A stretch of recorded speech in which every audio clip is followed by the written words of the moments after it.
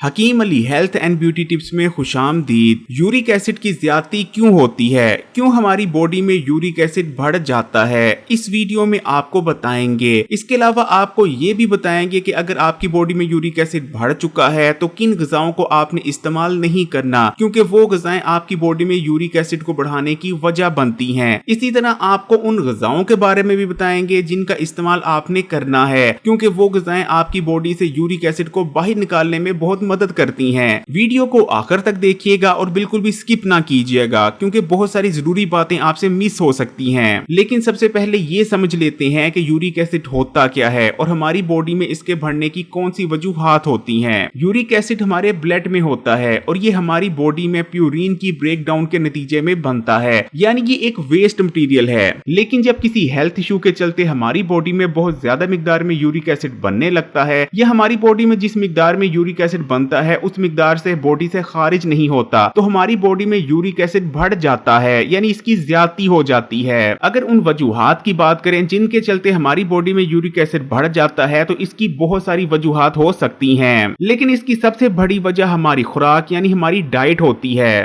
دیکھیں، ہم کہہ سکتے ہیں کہ غذائیں دو قسم کی ہوتی ہیں۔ پہلی قسم کی غذائیں وہ ہوتی ہیں جن کو استعمال کرنے سے بہت زیادہ مقدار میں ہماری باڈی میں یورک ایسڈ بنتا ہے، اور اگر آپ کا یورک ایسڈ بڑھا ہوا ہے تو ان غذاؤں کا استعمال آپ نے ہرگز نہیں کرنا، کیونکہ اگر آپ ان غذاؤں کو استعمال کرتے رہیں گے تو کبھی بھی آپ کی باڈی میں یورک ایسڈ کا لیول کم نہیں ہو پائے گا۔ جبکہ دوسری قسم کی غذائیں وہ غذائیں ہوتی ہیں جن کو استعمال کرنے سے باڈی میں یورک ایسڈ تیزی سے کم ہوتا ہے، اور اگر آپ کا یورک ایسڈ بڑھا ہوا ہے تو انہی غذاؤں کا آپ کو استعمال کرنا چاہیے۔ یہ کون کون سی غذائیں ہیں ابھی آپ کو آگے بتاتے ہیں۔ ہماری باڈی میں یورک ایسڈ کے بڑھ جانے کی دوسری سب سے بڑی وجہ ہمارے گردوں میں آنے والی کسی قسم کی خرابی یا گردوں کا کوئی ڈس آرڈر ہوتا ہے۔ یورک ایسڈ بنیادی طور پر ایک ویسٹ مٹیریل ہے جو کہ ہمارے خون میں موجود ہوتا ہے، جبکہ ہمارے گردوں کا کام ہمارے خون کو فلٹر کرنا اور جسم میں موجود جتنے بھی گندے اور فاضل مادے ہوتے ہیں انہیں جسم سے باہر نکالنا ہوتا ہے۔ لیکن جب کسی مسئلے کے چلتے ہمارے گردے ٹھیک طرح سے کام نہیں کر رہے ہوتے تو اس وجہ سے خون میں موجود زہریلے اور فاضل مادے یعنی ٹاکسنز ہمارے جسم سے باہر نہیں نکل پاتے، جس وجہ سے یورک ایسڈ ہماری باڈی میں بڑھنے لگتا ہے۔ جبکہ تیسری وجہ موٹاپا ہے۔ اوور ویٹ لوگوں کی باڈی میں کیونکہ عام لوگوں کی نسبت بہت زیادہ گندے اور فاضل مادے موجود ہوتے ہیں، اس لیے دیکھنے میں آتا ہے کہ موٹاپے کے شکار لوگوں کی باڈی میں اکثر یورک ایسڈ بڑھا ہوتا ہے۔ جبکہ چوتھے نمبر پر ہائی بلڈ شوگر لیولز ہیں۔ ایسے لوگ جو ڈائبٹیز کے مریض ہیں، اگر ان کے خون میں بہت زیادہ انسولین ہارمون موجود رہتا ہے تو ان کی باڈی میں یورک ایسڈ بڑھ سکتا ہے۔ اسی طرح ایسے لوگ جو ڈائبٹیز کے مریض تو نہیں ہیں لیکن ان کے خون میں شوگر کا لیول بہت بڑا رہتا ہے، ایسے لوگوں کی باڈی میں بھی یورک ایسڈ بننا شروع ہو جاتا ہے۔ اب بات کر لیتے ہیں علاج کی، کہ اگر آپ کی باڈی میں بھی یورک ایسڈ کا لیول بڑھا ہوا ہے تو آپ نے اس کو دوبارہ سے نارملائز کیسے کرنا ہے اور یورک ایسڈ سے نجات کیسے حاصل کرنی ہے۔ یورک ایسڈ سے نجات حاصل کرنے کے لیے جو سب سے اہم چیز ہے وہ ہے آپ کی ڈائٹ یعنی آپ کی غذا۔